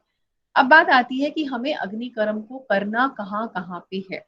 हमने एक मोटी मोटी सी इंडिकेशंस पढ़ी कि जो त्वचा में होने वाले, मांस में होने वाले, सिरा स्नायु संधि और अस्थि में होने वाले वातिक और कफज डिसऑर्डर्स है, वहां पर हम अग्निकर्म का इस्तेमाल कर सकते हैं। यहाँ पर एक स्पेसिफिक इंडिकेशन दी जाती है कि ऐसे कोई भी डिसऑर्डर्स इन सभी धातुओं के जो वात से होते हैं, जो कफ से होते हैं, जिनमें पेन होती है, वहां पर हम अग्निकर्म का इस्तेमाल करते हैं। ऐसे क्रॉनिक वुंड्स हैं जिनमें की हार्ड एलिवेटेड टिश्यू होता है। आपने देखा होगा जब कभी हम वुंड मैनेजमेंट करते हैं तो समटाइम्स जो क्रॉनिक वुंड्स होते हैं उनमें ग्रैन्युलेशन टिश्यू जो होता है वो स्किन के सरफेस से ऊपर आ जाता है। स्किन का जो हीलिंग है वो ग्रैन्युलेशन टिश्यू के हीलिंग के कंपैरिजन में स्लो होता है और ओवर ग्रैन्युलेशन हो जाता है, जिसकी वजह से स्किन वुंड को कवर नहीं कर पाती है। तो इस एलिवेटेड टिश्यू को निकालने के लिए, इस ओवर ग्रैन्युलेशन को निकालने के लिए भी हम अग्निकर्म का इस्तेमाल कर सकते हैं। हम ग्रंथि में अग्निकर्म का इस्तेमाल कर सकते हैं। हम कफज अर्श में जो नॉन ब्लीडिंग पाइल्स होते हैं, जो वातिक अर्श होते हैं, वहां पर हम इसका इस्तेमाल कर सकते हैं। ट्यूमर्स में हम इसका इस्तेमाल करते हैं, फिस्टुला में हम इसका इस्तेमाल करते हैं to get rid of the fibrous tissue. Sinus है, लिम्फेडिनोपैथी है, फिलेरिया है, स्किन टैग्स है, हर्निया में इंडिकेटेड है। हालांकि प्रैक्टिकली हमने हर्निया में अग्निकर्म को यूज नहीं किया है। जॉइंट सिस्टोसिस में हम इसको बहुत एक्सटेंसिवली यूज करते हैं और हमें रिजल्ट्स भी मिलते हैं। और कट वेसल्स में से ब्लीडिंग को स्टॉप करने के लिए हम अग्निकर्म का इस्तेमाल करते हैं। अगर हम देखें तो जो कॉटरी है, जो आज की डेट में हम सर्जरी में यूज करते हैं बहुत फ्रिक्वेंटली, आज की डेट में मॉडर्न सर्जरी में कोई ऐसी सर्जरी नहीं होती है जिसमें कॉटरी का यूज नहीं होता है। That cautery is also working on the basis, on the basic principle of the agnikarma की जो अग्नि है, जो है वो ब्लीडिंग वेसल्स में से ब्लड को स्टॉप कर सकती है। कंट्रा इंडिकेशंस क्या है? जैसे कि मैंने लास्ट लेक्चर में बोला कि इंडिकेशंस जानना जितनी हमें जरूरी है किसी भी प्रोसीजर के लिए कि हम उसे कहाँ कहाँ इस्तेमाल कर सकते हैं, उससे ज्यादा इंपॉर्टेंट है हमें कंट्रा इंडिकेशंस पता होनी चाहिए, सो दैट कि एटलीस्ट हम उसे वहां इस्तेमाल ना करें जहां वो बिल्कुल कंट्रा इंडिकेटेड है। तो आचार्य कहते हैं कि शरद और ग्रीष्म ऋतु में हमें अग्निकर्म नहीं करना चाहिए, क्योंकि उस समय ऑलरेडी पित्त की वृद्धि होती है, उष्णता बहुत ज्यादा होती है और अग्निकर्म का गुण उष्ण है तो वो उसको एग्रेवेट करता है। लेकिन फिर भी अगर बहुत इमरजेंसी है, अगर डिजीज ऐसी है जो अग्निकर्म से ही साध्य है, तो हम इमरजेंसी में उस समय भी यहाँ पर अग्निकर्म का इस्तेमाल कर सकते हैं। This is again an important reference of emergency treatment। जो लोग कहते हैं कि उस समय में emergency treatment कहीं नहीं होती थी, ऐसा नहीं है। हमें सुश्रुत में भी ऐसे रेफरेंसेस मिल जाते हैं जहां पर हमें emergency treatment के लिए आचार्यों ने इंडिकेट किया है कि आपको emergency के लिए भी प्रिपेयर्ड रहना चाहिए और emergency में हमें कुछ चीजों को बाईपास करना पड़ता है। जितने भी डिसऑर्डर्स हैं जो पित्त की वृद्धि से होते हैं, जो रक्त की वृद्धि से होते हैं, ऐसे पेशेंट्स हैं जिनमें ब्लीडिंग हो रही है लेकिन वो ब्लीडिंग विजिबल नहीं है, कंसील्ड ब्लीडिंग है, इंटेस्टाइनल परफोरेशन का केस है, रिटेन्ड फॉरेन बॉडी है जहाँ पे कि शल्य बॉडी के अंदर ये रिटेन्ड रह गया है, उसको निकाल नहीं पा रहे हैं, जो वीक है, जो छोटे बच्चे हैं, जो बहुत ही ओल्ड एज पर्सन हैं और जो ऐसे पेशेंट्स हैं जिनमें मल्टीपल वुंड्स हैं, और वो सभी पेशेंट जिनको अस्वेद्य कहा गया है। जब हम पंचकर्म पढ़ते हैं तो हम पढ़ते हैं कि स्वेदन कहाँ कहाँ कंट्रा इंडिकेटेड है, तो वो सभी पेशेंट जिन्हें अस्वेद्य कहा गया है, जिनमें हम स्वेदन नहीं कर सकते हैं, उन सभी पेशेंट्स में हम अग्निकर्म नहीं करेंगे। अग्निकर्म का हमारा पर्पस है, वन टर्म इज इतर्था दग्ध एंड वन टर्म इज सम्यक दग्ध। इतर्था दग्ध है एक्सीडेंटल बर्न, जो गलती से एक्सीडेंटली हमारा हाथ गैस पे लग जाए तो बर्न हो जाता है, उसे हम इतर्था दग्ध कहते हैं। लेकिन वही दग्ध अगर हम थेरेपेटिक पर्पस से बनाते हैं प्रॉपरली हम उसको बनाते हैं तो हम उसको सम्यक दग्ध कहते हैं। और सम्यक दग्ध हुआ या नहीं हुआ ये हमें कैसे पता चलेगा, तो उसके भी लक्षण यहाँ पर बहुत ब्यूटीफुली डिस्क्राइब्ड है। लाइक शब्द प्रादुर्भावो दुर्गंधता त्वक संकोचश्च त्वक दग्धे। जब हम त्वक में दग्ध करते हैं तो शब्द का प्रादुर्भाव होता है, एक स्मेल आती है, एक दुर्गंध आती है और त्वक का संकोच होता है। जो स्किन है वहां की वो थोड़ी सी श्रिंक हो जाती है। और आप देखेंगे, प्रैक्टिकली देखेंगे, जब हम त्वक दग्ध करते हैं तो हमें ये सारे लक्षण वहां पर मिलते हैं। जब हम मांस दग्ध करते हैं तो हमें क्या लक्षण मिलते हैं, मांस में सम्यक दग्ध के हमें क्या लक्षण मिलते हैं, कपोत वर्णता, जो कबूतर होता है उसके वर्ण का वर्ण बनना, अल्पश्वथु, हल्की सी वहां पर स्वेलिंग होना, वेदना होना, शुष्क और संकुचित, ड्राई और श्रिंक जो है ऐसा वर्ण वहां पर बनता है। सिरा और स्नायु दग्ध में कैसा वर्ण बनता है, कृष्ण उन्नत वर्ण का, काले रंग का उन्नत वर्ण बनता है, थोड़ा सा उठा हुआ वर्ण बनता है। स्राव सन्निरोधश्च, और वहां पे स्राव का सन्निरोध होता है, स्राव वहां पे नहीं होता है। संधि और अस्थि दग्ध में कैसा वर्ण बनता है, रुक्ष होता है, थोड़ा अरुणिमा लिए होता है, कर्कश थोड़ा हार्ड होता है, कर्कश अस्थि व्रणता, ऐसा वर्ण वहां पर संधि और अस्थि दग्ध में बनता है, जिसको हमें बाद में वूंड मैनेजमेंट की तरह मैनेज करना होता है। अब मैंने अपने पिछले लेक्चर में भी बताया था, जब भी हम कोई सर्जिकल प्रोसीजर लेते हैं या हम पैरा सर्जिकल प्रोसीजर लेते हैं तो हम उसे मेनली 3 पार्ट्स में डिवाइड करते हैं, पूर्व कर्म, प्रधान कर्म और पश्चात कर्म। तो आचार्य ने यहाँ पर भी पूर्व कर्म का मेंशन किया है कि रोगस्य संस्थानम अवेक्षा, the careful examination of the patient, सम्यक नरस्य मर्माणि, उनके मर्म को भी देखना है, बल को भी देखना है, अबल को भी देखना है, व्याधि को भी देखना है। इन सब की सम्यक परीक्षा करके ही किसी भी वैद्य को अग्नि कर्म में जाना चाहिए। और पश्चात कर्म में जैसे मैंने पहले बताया अभी कि हमें ये जो सम्यक दग्ध के लक्षण मिलने के बाद जो व्रण बनता है वहां पे दग्ध से, उसकी वूंड मैनेजमेंट करनी होती है। तो उसकी वूंड मैनेजमेंट के लिए आचार्यों ने मधु और घृत का वर्णन किया है। इनके अलावा केयरफुल एग्जामिनेशन के अलावा हमने जो पूर्व कर्म में बताया था, that was written and informed consent भी हमारे पास पेशेंट का होना चाहिए। चाहे हम कोई भी पैरासर्जिकल प्रोसीजर करते हैं, हम पेशेंट को एग्जामिन करेंगे, उसकी डिजीज की पैथोलॉजी को देखेंगे, हम उस साइट को देखेंगे जहां पर हमें अग्नि कर्म करना है, और उसके बाद हम मेन प्रोसीजर की तरफ जाएंगे जो हमारा प्रधान कर्म। प्रैक्टिकली आज की डेट में जो हम अग्निकर्म करते हैं वो हम पंचधातु शलाका से करते हैं, जिसकी पिक्चर मैंने अभी आपको पीछे दिखाई थी, जिसका मैंने आपको पूरा कॉम्पोजिशन डिस्क्राइब किया है। इस पंचधातु शलाका को हम गैस पर रेड हॉट कर लेते हैं और साइमल्टेनियसली हम हमारे पेशेंट का जो डिजीज्ड पार्ट है उसको एग्जामिन करते हैं। वहां पर हम मोस्ट टेंडर स्पॉट को सेलेक्ट करते हैं, वहां पर कोई मर्म स्थान नहीं होना चाहिए। वो स्टैंडर्ड स्पॉट को सिलेक्ट करने के बाद हम यहाँ पर रुक्ष अग्निकर्म भी कर सकते हैं, और हम उससे पहले ऑयल का एप्लीकेशन भी, गरम कोई भी तिल का तेल लेके उसको हल्का सा मसाज भी करते हैं। इस मसाज के 2 बेनिफिट होते हैं। एक तो अगर आप इमेजिन कीजिए आपके सामने एक गैस जल रही है, वहां पर एक पंचधातु शलाका पड़ी है जो उस गैस के ऊपर गर्म हो रही है, रेड हॉट हो रही है, और आपको ये कहा जाए कि ये रेड हॉट शलाका हमें आपको लगानी है। No patient will be comfortable in the first sitting. हम भी कंफर्टेबल नहीं होंगे। तो इस मसाज के टाइम पर हमें पेशेंट को इस प्रोसीजर के लिए मेंटली प्रिपेयर भी करना है, उसे काउंसिल भी करना है, और जो उष्ण तेल होता है वो वातहर भी होता है, तो वो भी हमें यहाँ पर हेल्प करता है और पेशेंट को भी एक अच्छा फील कराता है, उसकी काउंसलिंग में, उसकी प्रिपरेशन में हेल्पफुल रहता है। पेशेंट को हमें प्रॉपर पोजीशन में लेटाना है, ऐसी पोजीशन जो उसके लिए कंफर्टेबल हो, ऐसी पोजीशन जो पार्ट हमें डील करना है वो हमें इजीली एक्सेसिबल होना चाहिए। सपोज करो बैक पेन का पेशेंट है तो आप उसको कोन पोजीशन में लेटाएंगे, नी जॉइंट का पेशेंट है आप उसको लिटा कर भी कर सकते हैं, उसको बिठा कर भी कर सकते हैं, फ्रोजन शोल्डर का पेशेंट है तो आपको उसको बिठाना पड़ेगा, आपको पेशेंट के बैक में खड़ा होना पड़ेगा। तो that will differ according to the disease कि आपको कौन सा पोर्शन डील करना है, लेकिन डेफिनेटली आपका पेशेंट जो है वो ईजी होना चाहिए, वो अनकंफर्टेबल नहीं होना चाहिए। जो पार्ट हमें डील करना है वो पार्ट हमें प्रॉपरली एक्सपोज होना चाहिए और हमारी एक ईजी असेस में होना चाहिए। इस साइट को क्लीन करने के लिए हम ऑयलिंग से पहले त्रिफला क्वाथ का भी यूज कर सकते हैं। उसके बाद हम इस रेड हॉट शलाका को लेके आते हैं और हम बिंदु टाइप ऑफ अग्निकर्म, वहां पे मैं अभी जो अग्निकर्म एक्सप्लेन करूंगी दैट इज बिंदु टाइप ऑफ अग्निकर्म, और हम शलाका को लाके उस पॉइंट पे कुछ सेकंड के लिए, जब तक कि हमें सम्यक दग्ध के लक्षण नहीं मिलते हैं तब तक के हम उसको रखते हैं और उठा लेते हैं।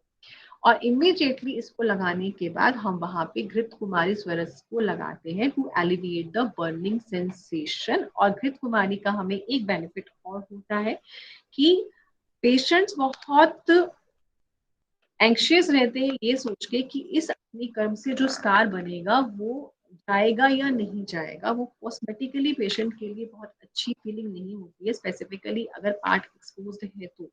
घृत कुमारी स्वरस लगाने से ये स्कार लंबे समय तक नहीं रहता है और बहुत ही जल्दी फेड हो जाता है, तो ये बेनिफिट भी हमें घृत कुमारी स्वरस से मिलता है। उसके बाद हम वुंड मैनेजमेंट के लिए मधु और घृत का इस्तेमाल करते हैं, या हम हरिद्रा चूर्ण का भी इस्तेमाल कर सकते हैं। और हम पेशेंट को ये एडवाइस करते हैं कि वो जो साइट है अग्निकर्म की साइट, उसको 24 आवर्स तक गीला नहीं होने देंगे, उसमें पानी नहीं लगने देंगे। इसके दौरान और इससे पहले हम पेशेंट के वाइटल्स को ऑब्जर्व करते हैं, पेशेंट को ऑब्जर्व करते हैं। वैसे नॉर्मली हमें इससे कोई कॉम्प्लिकेशन देखने को नहीं मिलती है, ये जितना हमें सुनने में लगता है उससे ज्यादा इजी होता है करने में। और एक सिटिंग के बाद जब पेशेंट को रिलीफ मिलता है तो सेकेंड सिटिंग के लिए पेशेंट खुद ब खुद विलिंगली आता है। ये हमारे एक्सपीरियंस की बात है, क्योंकि हम इसे ऑलमोस्ट डेली यूज करते हैं। तो अग्निकर्म के कुछ एंशियंट अग्निकर्म इंस्ट्रूमेंट्स हैं जो अपने बहुत ही रॉ फॉर्म में है। आज हम थोड़े से और सोफिस्टिकेटेड इंस्ट्रूमेंट्स का इस्तेमाल करते हैं। यू कैन सी यहाँ पर भी डिफरेंट डिफरेंट शेप्स के इंस्ट्रूमेंट्स का इस्तेमाल है। सोर्स ऑफ फायर जो पुराने समय में होता था वो कुछ ऐसा होता था, आज की डेट में हम इसको भी इस्तेमाल कर सकते हैं, अदरवाइज हम गैस को इस्तेमाल करते हैं। और अब हम उससे भी ज्यादा सोफिस्टिकेटेड, कुछ सेंटर्स पे उससे भी ज्यादा सोफिस्टिकेटेड अग्निकर्म इंस्ट्रूमेंट का यूज होता है, जिसमें कि हम कॉटरी मशीन की हेल्प लेते हैं। हम कॉटरी के आगे ही अपनी अग्निकर्म की शलाका को लगाकर और हम इलेक्ट्रिसिटी का, एलपीजी के बजाय हम इलेक्ट्रिसिटी सोर्स का इस्तेमाल करते हैं अग्निकर्म करने के लिए। एक्चुअली थोड़ा सा ये पेशेंट के लिए कंफर्टेबल रहता है। पंच धातु शलाका या रेड हॉट शलाका को डायरेक्टली पेशेंट के ऊपर अप्लाई करना पेशेंट के लिए थोड़ा सा अनकंफर्टेबल होता है, बट कॉटरी का इस्तेमाल करना पेशेंट के लिए थोड़ा सा कंफर्टेबल रहता है। और यहाँ पर भी हम इजीली टेम्परेचर को कंट्रोल करके रख सकते हैं। हम कहाँ कहाँ यूज करते हैं आज की डेट में अग्निकर्म को? Agnikarma is a very good procedure for the pain management. एक तो पेशेंट को इमीडिएट पेन में रिलीफ आता है और एक उसको लॉन्ग टर्म रिलीफ आता है। कैसे आता है वो हम आगे देखेंगे। तो हम अगर पेनफुल डिसऑर्डर्स की बात करें तो आज की डेट में हम अग्निकर्म को शियाटिका में बहुत एक्सटेंसिवली यूज कर रहे हैं, बैक पेन के पेशेंट्स में बहुत यूज कर रहे हैं, फ्रोजन शोल्डर में अग्निकर्म का बहुत अच्छा रिजल्ट मिलता है, ऑस्टियोआर्थराइटिस में बहुत अच्छा रिजल्ट मिलता है, सर्वाइकल पेन में, टेनिस एल्बो में बहुत अच्छा रिजल्ट मिलता है। Tennis elbow, agnikarma in tennis elbow was my PG topic and definitely मतलब my comparison group was LAHC, local application of hydrocortisone, और मुझे उससे ज्यादा अच्छा रिजल्ट अग्निकर्म का टेनिस एल्बो में मिला। कैल्केनियल स्पर्म में इसका बहुत अच्छा रिजल्ट मिलता है, प्लांटर फेसाइटिस के पेशेंट्स में बहुत अच्छा रिजल्ट मिलता है, कॉर्न को बर्न करने में अग्निकर्म बहुत सक्सेसफुल है और वायरल वार्ड्स में इसका बहुत ही अच्छा रिजल्ट हमें मिलता है। शियाटिका की हम बात करें तो हम शियाटिका का एक्चुअली एरिया बहुत बड़ा है। हिप के, बटक के, बैक से लेके नीचे पैर तक शियाटिका का पेन जाता है। तो हम कहाँ अग्निकर्म करें? हम पूरी लेग को तो कवर नहीं कर सकते हैं, तो जहां पर शियाटिका पेन का ओरिजिन होता है हम वहां अग्निकर्म करते हैं। जहां तक वो जाता है हम उस साइट को सेलेक्ट करते हैं और बीच में हम एक वो साइट लेते हैं, लाइक दिस काफ मसल पे मैंने एक पॉइंट शो किया है, इसको हम अग्निकर्म की साइट के लिए लेते हैं और हमें अच्छा रिजल्ट मिलता है। लाइक दिस अगर आप देखें, और अगर ये वाली आप शलाका देखेंगे तो ये शलाका पंचधातु शलाका नहीं है। ये शलाका सिंपली बनाई गई है, हमारी जो बाइसिकल के पहिए के स्पोक्स होते हैं, बहुत तरह की शलाकाएं ऑल ओवर इंडिया अग्निकर्म के लिए इस्तेमाल होती है। इस शलाका की हेल्प से भी हम बिंदु टाइप का अग्निकर्म करते हैं बहुत जगह पर। ये भी वही शलाका है and this is a case of frozen shoulder. ये एक फ्रोजन शोल्डर का पेशेंट है जहां पर हम पंचधातु शलाका का इस्तेमाल कर रहे हैं। पहला अगर आप केस देखेंगे तो यहाँ पर हम पेशेंट के शोल्डर का एग्जामिनेशन कर रहे हैं and we are trying to elicit the point of the maximum tenderness. उस मैक्सिमम टेंडरनेस के पॉइंट पर हम हमारी पंचधातु शलाका के हेल्प से बिंदु टाइप ऑफ त्वक दग्ध अप्लाई कर रहे हैं और इस पेशेंट के दोनों शोल्डर्स इन्वॉल्व थे। हमने एक ही बार में दोनों शोल्डर्स में पेशेंट को सिटिंग दी है। अगर पहले वाले शोल्डर में आप देखेंगे तो वहां पर त्वक दग्ध हो चुका है, अग्निकर्म हो चुका है एंड घृत कुमारी पल्प वहां पर लगाया जा रहा है एंड सेकेंड शोल्डर पे अग्निकर्म किया जा रहा है। This is a patient of back pain. यहाँ पर हम दो तरह के अग्निकर्म शो कर रहे हैं। ये जो फर्स्ट आप देख रहे हैं पंचधातु से, इसको हम वलय की शेप में देने की कोशिश कर रहे हैं और जो सेकंड आप देख रहे हैं यहाँ पर हम डायरेक्ट रेड हॉट शलाका का इस्तेमाल नहीं कर रहे हैं। हमारे पास एक शलाका है जिसे हमने आर्टिफोर्सेप्स से पकड़ा है, जिसका एक एंड स्किन को टच है और दूसरे एंड पे एक बर्निंग कैंडल है। यहाँ पर जो हीट है वो स्किन वाले एंड पर बाय कंडक्शन जा रही है और वहां पे अगर आप ये लक्षण देखेंगे, जो एक पॉइंट आपको दिख रहा है, विजिबल हो रहा है, ये बिल्कुल वैसा है जो त्वक दग्ध के लक्षण बताए गए हैं। ये एक्चुअली ये भी पेशेंट के लिए थोड़ा कंफर्टेबल रहता है एज कंपेयर टू पंचधातु शलाका, लेकिन पंचधातु शलाका के रिजल्ट कंपैरेटिवली हमें अच्छे मिलते हैं तो हम उसे इस्तेमाल करते हैं ज्यादा। लेकिन जहां पेशेंट आपको लगता है थोड़ा अवर सत्व का है, वहां पर आप कैंडल वाला मेथड इस्तेमाल कर सकते हैं। ये अर्ली ओए ऑफ नी जॉइंट है, यहाँ पर हम इस्तेमाल कर रहे हैं पंचधातु शलाका का। ओए में पेन को, ये कैल्केनियल स्पर का पेशेंट है। प्लांटर फिसाइटिस में इसके बहुत मार्वलस रिजल्ट्स मिलते हैं। सर्वाइकल पेन में बहुत अच्छे रिजल्ट्स हमें मिलते हैं। टेनिस एल्बो, ये मेरा अपना पीजी थीसिस का पेशेंट है और बहुत ही बढ़िया रिजल्ट हमें 4 सिटिंग्स में मिलते थे। वायरल वॉट्स, वहां पर हम अग्निकर्म का इस्तेमाल कर सकते हैं। प्लांटर कॉर्न में हम कॉर्न को डायरेक्ट रेड हॉट शलाका से मल्टीपल सिटिंग्स में बर्न कर सकते हैं। एक मैंने बताया शस्त्र कर्म के साथ, छेदन कर्म के साथ हम स्नेही दग्ध का इस्तेमाल कर सकते हैं। एक थर्ड मेथड होता है जब बहुत बड़े कॉर्न्स होते हैं तो हम उसको हाफ बर्न करके रेड हॉट पंचधातु शलाका से, उसके बाद उस कनकेविटी में गरम तेल को डाल के एंड फिर हम दोबारा से उसके बेस तक जाने के लिए रेड हॉट पंचधातु शलाका का इस्तेमाल भी करते हैं। हम इसे मल्टीपल फॉर्म में according to the patient, according to the disease, according to the size of the lesion, हम हमारे एक्सपीरियंस के हिसाब से उसको थोड़ा थोड़ा मॉडिफाई कर लेते हैं। अग्निकर्म के लिए आपको लाइक लीच थेरेपी के लिए आपको मल्टीपल सेटिंग्स की रिक्वायरमेंट होती है पेशेंट में, सेम वे आपको अग्निकर्म के लिए मल्टीपल सेटिंग्स की रिक्वायरमेंट होती है। नॉर्मली आपको 4-5 सेटिंग्स में जो हम वीकली बेसिस पर देते हैं, पेशेंट को रिलीफ आना शुरू हो जाता है, अच्छा रिलीफ आ जाता है। एक तो उसको इमीडिएट पेन में रिलीफ आता है और दूसरा लॉन्ग टर्म पेन में रिलीफ आता है। पेशेंट आपको बताना शुरू कर देता है, but you may have to give 8, 10, 12 sittings. That will depend upon the disease and the patient. Common problems जो हमें इस थेरेपी के साथ इनकाउंटर करनी पड़ती हैं, that is the patients consent. जब हम पेशेंट को एक्सप्लेन करते हैं कि हम ऐसे रेड हॉट शलाका उसको लगाएंगे तो इमीडिएटली समटाइम्स कुछ पेशेंट्स हमें कंसेंट नहीं देते, स्पेसिफिकली द फीमेल्स उनमें रहती हैं जो हमारा एक्सपीरियंस है। लेकिन थोड़ा सा अगर हम काउंसलिंग करते हैं, थोड़ा सा अगर हम बताने कि हमारे तरीके को मॉडिफाई करते हैं, लाइक आई नॉर्मली से टू माय फीमेल पेशेंट कि जब हम किचन में चपाती बनाते हैं तो एक्सीडेंटली हमारा हाथ तवे पे लग जाता है, गरम तवे पे, तो जितना का हमें पेन होता है, जितना कि हमें बर्निंग की फील होती है, गरम कढ़ाई पे लग जाता है उतना ही फील होता है।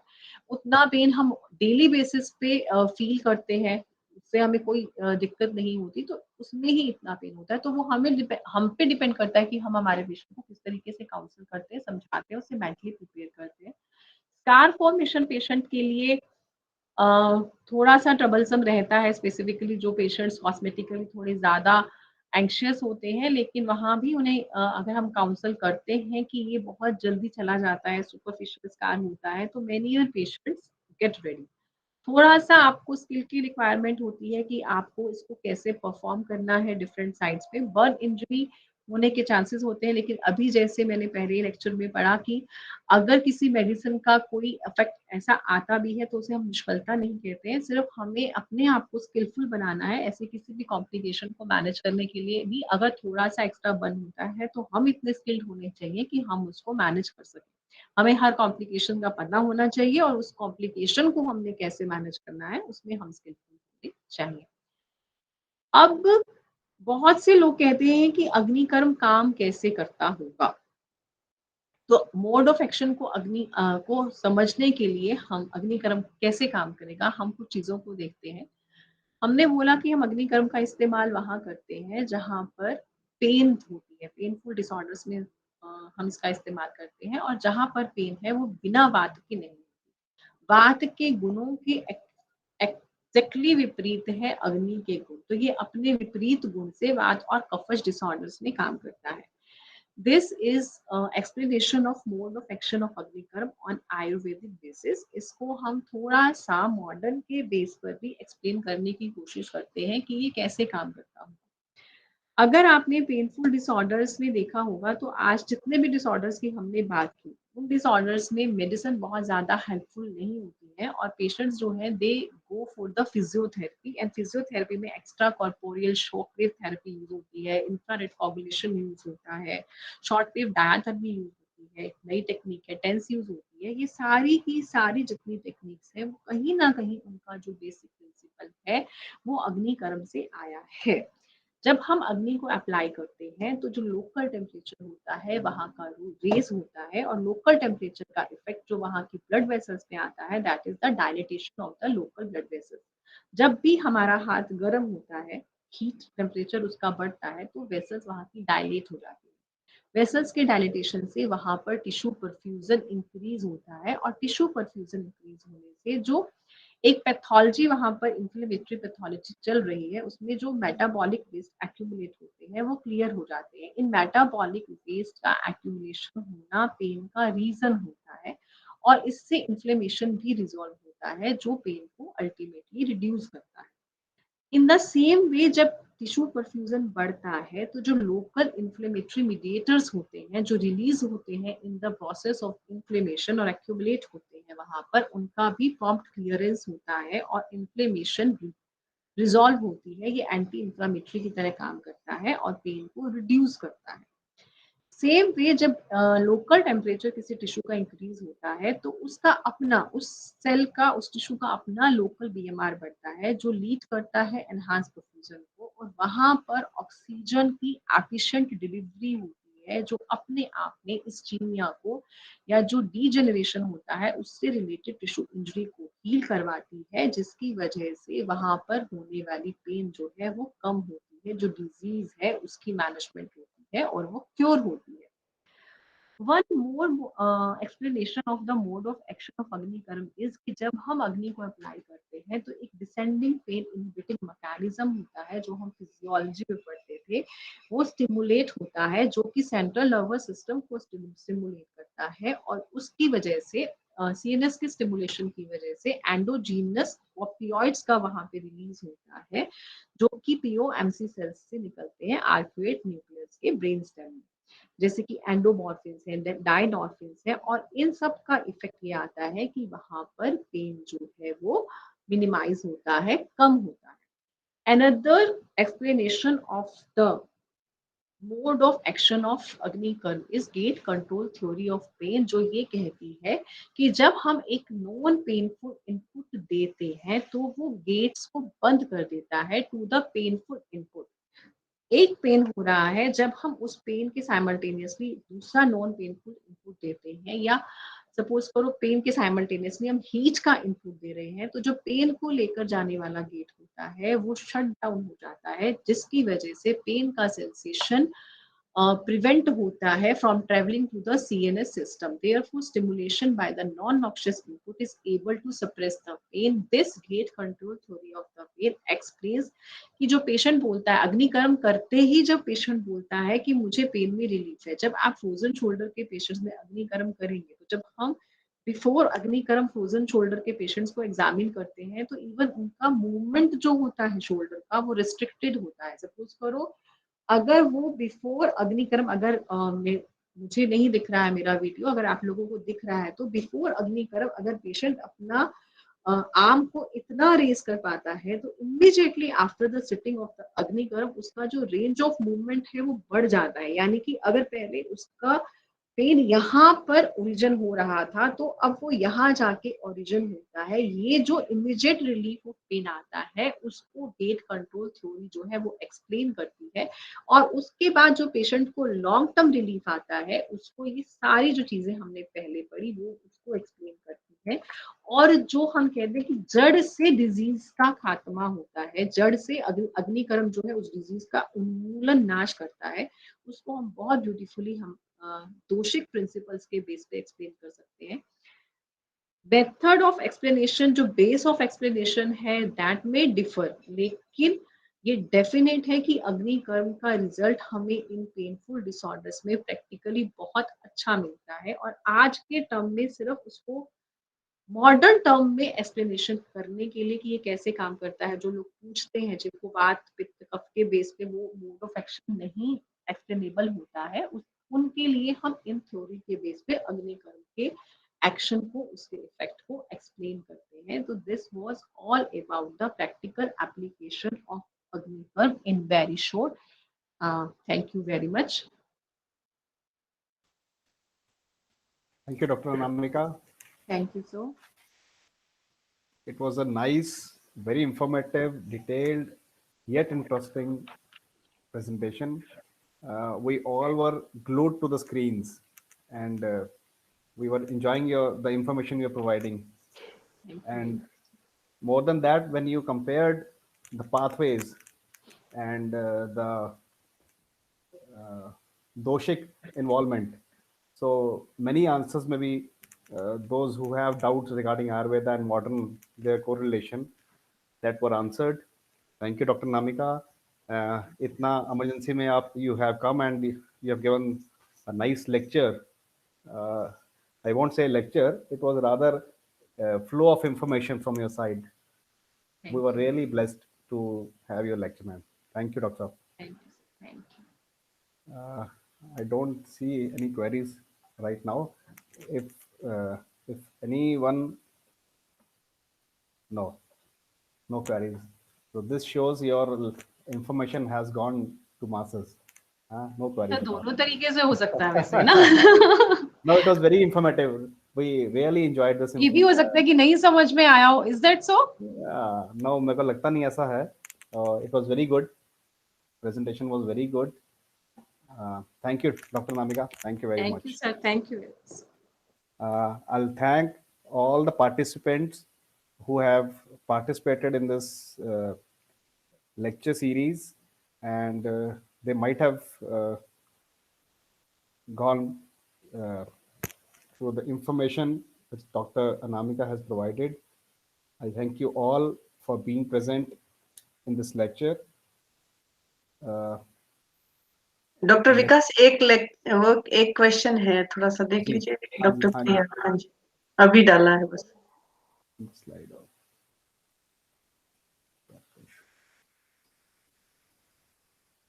Dr. Anamika? Yes, sir. Yes. Yes, sir. I'm here, sir.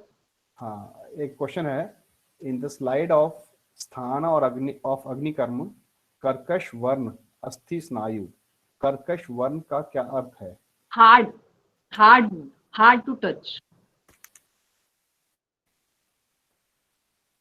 I hope Priya madam your query is clear, answered. जब हम वूंड के एग्जामिनेशन की भी बात करते हैं तो जैसे हम उसके एज है, उसका मार्जिन है, उसका फ्लोर है, उसका बेस है, हम उसको टच करते हैं कि उसकी कंसिस्टेंसी कैसी है, तो वहां जो व्रण बनता है that is a little bit hard to touch, not soft.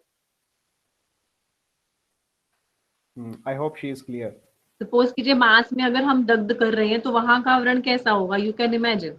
और अगर अस्थि में कोई व्रण है तो वहां का व्रण कैसा होगा, you can easily imagine that.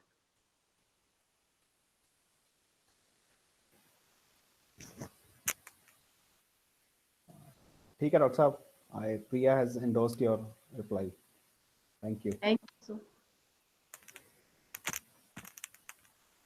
Hetal madam. हाँ जी, आज के व्याख्यान के कोऑर्डिनेटर के रूप में मैं आपका भी बहुत बहुत हार्दिक धन्यवाद करती हूँ कि हमने जो सोचा था कि भाई प्रत्येक स्पीकर भी 5-5 लेक्चर को कम से कम कोऑर्डिनेट करे, तो मुझे बहुत अच्छा लग रहा है कि डॉक्टर दीक्षा की तरह आप भी बहुत अच्छी तरह से जुड़े हैं। और अभी डॉक्टर ममता ने भी मुझे कहा है तो वो भी मुझे बहुत अच्छा लगा। मैंने कहा सामने से सारे प्रतिभागी आए, स्पीकर्स भी आए और हम इसी तरीके से आयुर्वेद की चिकित्सा पद्धति को हमारे स्टूडेंट्स के बीच में और जो चिकित्सक भी हमारे साथ कुछ जुड़ते हैं उनके साथ हम इसको इतने अच्छे एक्सपीरियंस को बांट के बहुत सरल रूप में, सफलता के रूप में लोगों तक पहुंचाए। तो मैं आशा करती हूँ कि आज के व्याख्यान से बहुत सारे स्टूडेंट्स और चिकित्सक भी लाभान्वित रहेंगे और आगे भी वो इसी तरीके से ज्वाइन करेंगे। मैंने क्योंकि कुछ स्टूडेंट्स को पूछती हूँ तो वो कह रहे थे कि मैडम हम रिकॉर्डिंग्स देख लेते हैं। तो मैं चाहूंगी, आप सबसे निवेदन करना चाहूंगी कि स्पीकर के लिए अभी की संख्या भी कई बार बहुत मायने रखती है। आप अच्छी संख्या में आए, क्वेश्चन भी पूछे और बहुत सारी चीज सुनने से हमारे ज्ञान का जैसे होते हैं ना पटल, वो खुल जाते हैं।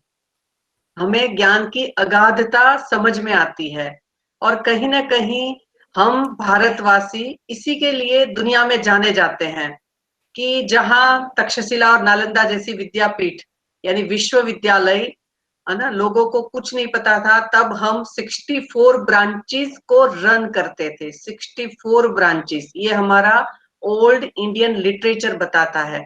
तो इस तरीके से अगर हम इसी बात को कि भाई हम ज्ञान के प्रकाश के लिए हमेशा निरंतर रत रहे, लगे रहे, डिवोटी रहे, तो फिर भारत है ना, भा मानी ज्ञान रूपी प्रकाश के लिए हम लगातार लगने वाले लोग हैं, जुड़े रहने वाले लोग हैं, उसी का अन्वेषण करते रहते हैं। तो मैं आशा करती हूँ कि हम पठन पाठन करते करते व्याख्यान माला के इस यज्ञ में भी आप सब पार्टिसिपेट करके इसको सुनने के लिए भी आएंगे, बहुत अच्छे प्रश्न भी पूछते हैं और आगे भी पूछते रहेंगे।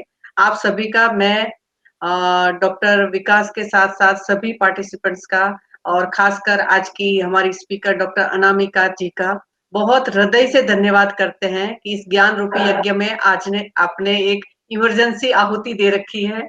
तो मुझे इमरजेंसी स्पीकर बहुत याद रहते हैं क्योंकि वो है ना, जब ना होती है तो मेरे दिल की एक धड़कन रुक जाती है कि अब क्या होगा ऐसे। तो ऑनलाइन भी मुझे आप जैसे बहुत सारे अच्छे लोगों का साथ मिला। मैं तहे दिल से विश्व आयुर्वेद परिषद की ओर से आपका हार्दिक धन्यवाद करती हूँ। और जी, और आपने आगे भी पहले भी कहा ही था, मगर कई बार क्या जिसने हाँ कही होती है ना वो उसी दिन बिजी होते हैं, ऐसा रहता है। तो मुझे जैसे ही बलदेव सर ने बताया कि नहीं you are ready for that, तो मुझे बहुत ज्यादा खुशी हुई। मैंने कहा चलो चलो, बहुत आसानी से मैनेज हो गया, वरना 8-10 लोगों को पूछना पड़ता है। तो बहुत बहुत धन्यवाद डॉक्टर साहब इस ज्ञान यज्ञ में आहुति देने के लिए। और डेफिनेटली स्टूडेंट्स उससे लाभान्वित होके चिकित्सा करेंगे, आगे पढ़ाई भी करेंगे और जनमानस के लिए वो आगे एक स्वास्थ्य रूपी पथ का मार्गदर्शक भी बनेंगे। Thank you. जी, बहुत बहुत धन्यवाद। और विरल भाई का भी बहुत बहुत धन्यवाद। वो हमेशा एक द्रव्य के माध्यम से हमें जो एकल द्रव्य का प्रयोग है, जो जामनगर की विशेषता है, जहां तक मैं अपने गुरुजनों को जानती हूँ, और वो हमें प्रोत्साहित भी करते थे। तो इसके लिए भी आप हमेशा समय निकाल के यहाँ आते हैं और हमें अपने ज्ञान से लाभान्वित करते हैं और बड़े वार्म ऐसे वर्ड से वो हाँ बोलते हैं। जब भी मैं सुबह जैसे शुक्रवार को वैद्य विरल भाई शाह को फोन करती हूँ ना, मैंने कहा भाई साहब आज समय है, तो बड़ा वार्म सी हाँ होती है। तो इससे पता है उत्साह और बढ़ जाता है मेरा कि यस, हम जैसे लोग और भी है कि जो बिल्कुल ऐसे हाँ होती है उनकी। तो आपका हृदय से बहुत बहुत विश्व आयुर्वेद परिषद की ओर से मैं धन्यवाद ज्ञापन करती हूँ। और बलदेव सर कुछ 2 शब्द कहेंगे सर? नमस्ते सर, आप अनम्यूट कर लीजिए सर। डॉक्टर साहब अनम्यूट करना पड़ेगा जी। 2 शब्द इमरजेंसी कंडीशन में तुरंत हाँ करी सर और थैंक 10 मिनट पहले ही इसको बताया कि कल बोलना है, तो इसने तुरंत ही वो स्वीकार किया और टॉपिक भी फटाफट 10 मिनट के अंदर खुद फोन करके फटाफट बताया, इसलिए विशेष धन्यवाद यू अनामिका का। Sir, thank you sir. Pleasure तो मेरा है सर, मेरा सौभाग्य है मुझे आने को मिलता है, मैं तो हमेशा रेडी हूँ। जी जी, ठीक है। बहुत बहुत धन्यवाद, बहुत बहुत धन्यवाद डॉक्टर साहब, बहुत बहुत धन्यवाद। ऐसे हमारे पास स्पीकर है, उन्हीं के कंधों पे ये व्याख्यान माला टिकी हुई है, आप नहीं, उन्हीं के बड़े नहीं हुए अभी हम, अभी तो हम छोटे हैं।